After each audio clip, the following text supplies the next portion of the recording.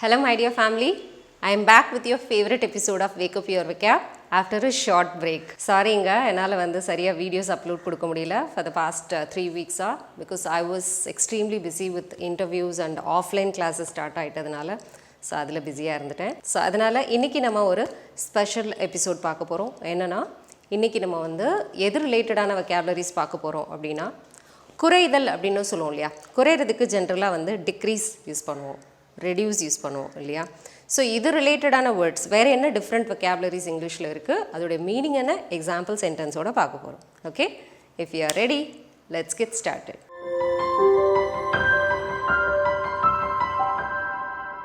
Stop learning,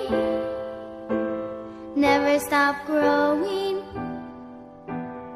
never stop seeking the brightest star.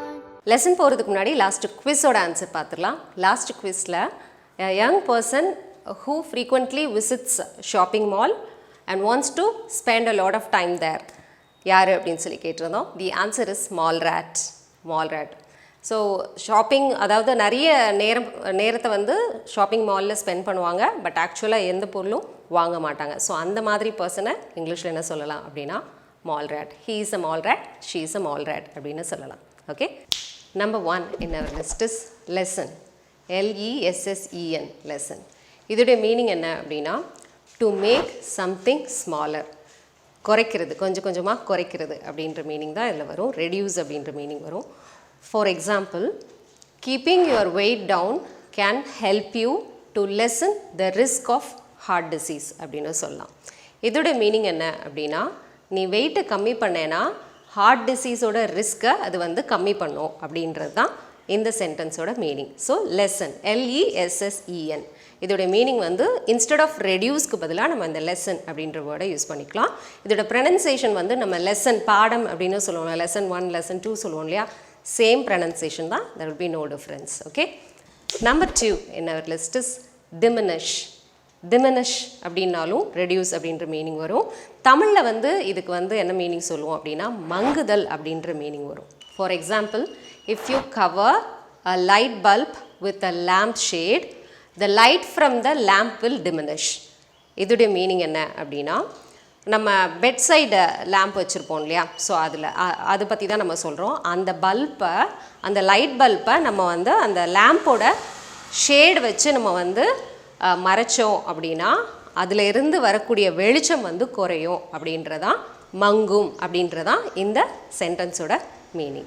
Okay, number 3 in our list is subside. Subside அப்படின்னா இதோடைய meaning வந்து to move down to a lower level அப்படின்றதான் இந்த சப்சைடோட meaning. கொஞ்சம் கொஞ்சமாக குறையிறது, step by ஸ்டெப்பாக குறையிறது. ஸோ அதுக்கு தான் நம்ம சப்சைட் யூஸ் பண்ணுவோம். இப்போ ஃபார் எக்ஸாம்பிளுக்கு இது எஸ்பெஷலாக எங்கே யூஸ் பண்ணலாம் அப்படின்னா the water level in the dam began to subside அப்படின்னு சொல்லலாம். அணையின் நீர் மட்டம் கொஞ்சம் கொஞ்சமாக குறைய தொடங்கியது அப்படின்றதான் இந்த சென்டென்ஸோட மீனிங்.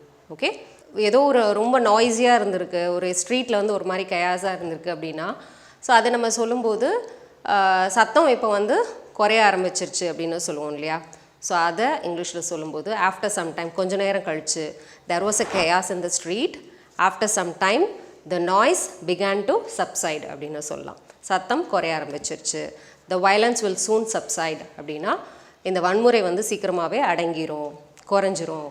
ஸோ இந்த மாதிரி சொல்கிறதுக்கு நம்ம subside யூஸ் பண்ணுவோம். Okay, number 4 in our list is recede. R-E-C-E-D-E, recede.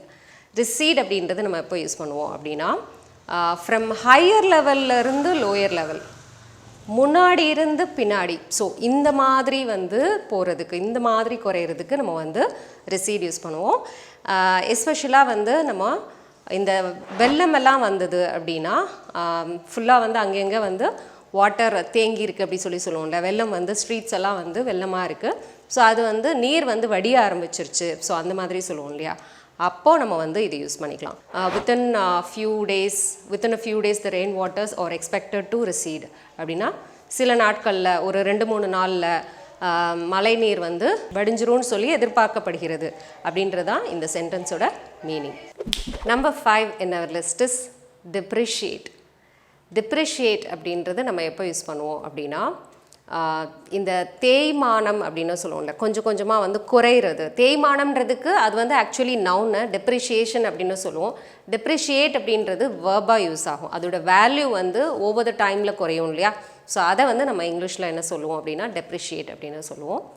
For example, the value of the house has depreciated greatly அப்படின்னா இந்த வீட்டுடைய மதிப்பு ரொம்ப நிறையவே குறைஞ்சிருக்கு அப்படின்றது தான் இந்த சென்டென்ஸோட meaning. another example, the value of the car depreciated by 20% each year அப்படின்னா இந்த காருடைய மதிப்பு ஒவ்வொரு வருஷமும் 20% வந்து குறைந்தது அப்படின்றது தான் இந்த சென்டென்ஸோட meaning. Okay, the last and final one is shrink.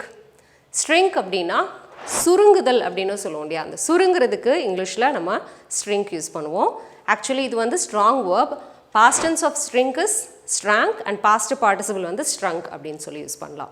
இப்போ நம்ம கேட்போம் இல்லையா, இந்த ஷர்ட் வந்து தண்ணியில் போட்டால் சுருங்குமா? ஸோ அந்த மாதிரி கேட்குறதுக்கு எப்படி கேட்கலாம்?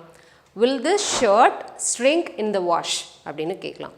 will this shirt shrink in the wash அப்படின்னா தண்ணியில் போட்டால் இந்த சட்டை சுருங்குமா அப்படின்றது தான் இதோடைய meaning. Okay, that's it with the class today. Now it's time for Malar's tip. இன்னைக்கு என்னோட டிப் என்ன அப்படின்னா, நம்ம இதில் recede அப்படின்னு சொல்லிட்டு ஒரு vocabulary பார்த்தோம் இல்லையா? இந்த recede அப்படின்றது ஹையர் லெவலில் இருந்து லோயர் லெவலுக்கு குறையிறதுக்கு நம்ம யூஸ் பண்ணுவோம் அப்படின்னு சொல்லி பார்த்தோம். இது எஸ்பெஷலாக நம்ம இப்போ இந்த சுனாமிலாம் வந்தப்போ நம்ம சொன்னோம் இல்லையா, திருச்செந்தூரில் வந்து திருச்செந்தூரில் மட்டும் கடல் வந்து உள்வாங்கியது அப்படின்னு சொல்லுவோம். ஸோ இந்த மாதிரி கடல் உள்வாங்கியது அப்படின்றத சொல்கிறதுக்கும் நம்ம வந்து இந்த வேர்பை வந்து யூஸ் பண்ணிக்கலாம். receded அப்படின்னு சொல்லிக்கலாம். டெப்ரிஷியேட் அப்படின்னு பார்த்தோம் இல்லையா, அதோடைய நவுன் வந்து டெப்ரிஷியேஷன் அப்படின்னா வந்து தேய்மானம் அப்படின்னு சொல்கிறதுக்கு நவுனாக யூஸ் பண்ணுறதுக்கு நம்ம டெப்ரிஷியேஷன் யூஸ் பண்ணுவோம். For example, the insurance guarantees that the goods will be replaced at the current market value without any deduction for depreciation. இதோடைய மீனிங் என்ன அப்படின்னா, இன்சூரன்ஸ் வந்து கேரண்டி கொடுக்குது என்ன அப்படின்னா, இப்போ உள்ள இந்த பொருட்களை வந்து அப்படியே வந்து ரீப்ளேஸ் பண்ணிக்கலாம், கரண்ட் மார்க்கெட் வேல்யூவோட ரீப்ளேஸ் பண்ணிக்கலாம், எந்த ஒரு தேய்மானத்திற்கான சார்ஜஸ் எதுவும் இல்லாமல் ரீப்ளேஸ் பண்ணிக்கலாம் அப்படின்றது தான் இந்த சென்டென்ஸோட meaning. Okay, so that's it with the lesson today. இன்னைக்கு உங்களுக்கான கொஸ்டின் என்ன அப்படின்னா, நம்ம சொல்லுவோம் இல்லையா, இப்போ போர் நடக்கும்போது, போர்க்காலம்லாம் போர் நடந்துட்டுருக்கும்போது, 2 கண்ட்ரிக்கு நடுவில் போர் நடந்துட்டுருக்கும்போது 2 ஆர்மிஸ்க்கு நடுவில் போடக்கூடிய அந்த அக்ரிமெண்ட், அமைதி நிலவுறதுக்காக 2 கண்ட்ரிக்கு நடுவில் போடக்கூடிய அந்த அக்ரிமெண்ட், அதாவது போர் நிறுத்தம் அப்படின்னு சொல்லுவோம் இல்லையா. ஸோ அந்த போர் நிறுத்தம் அப்படின்னு சொல்கிறதுக்கான இங்கிலீஷ் வேர்டு என்ன அப்படின்றத காமெண்ட்டில் லீவ் பண்ணுங்கள். I'll go and check it and I'll meet you soon with another interesting lesson in the next video. Till then, you take care. It's bye from Malar. See you. Bye-bye.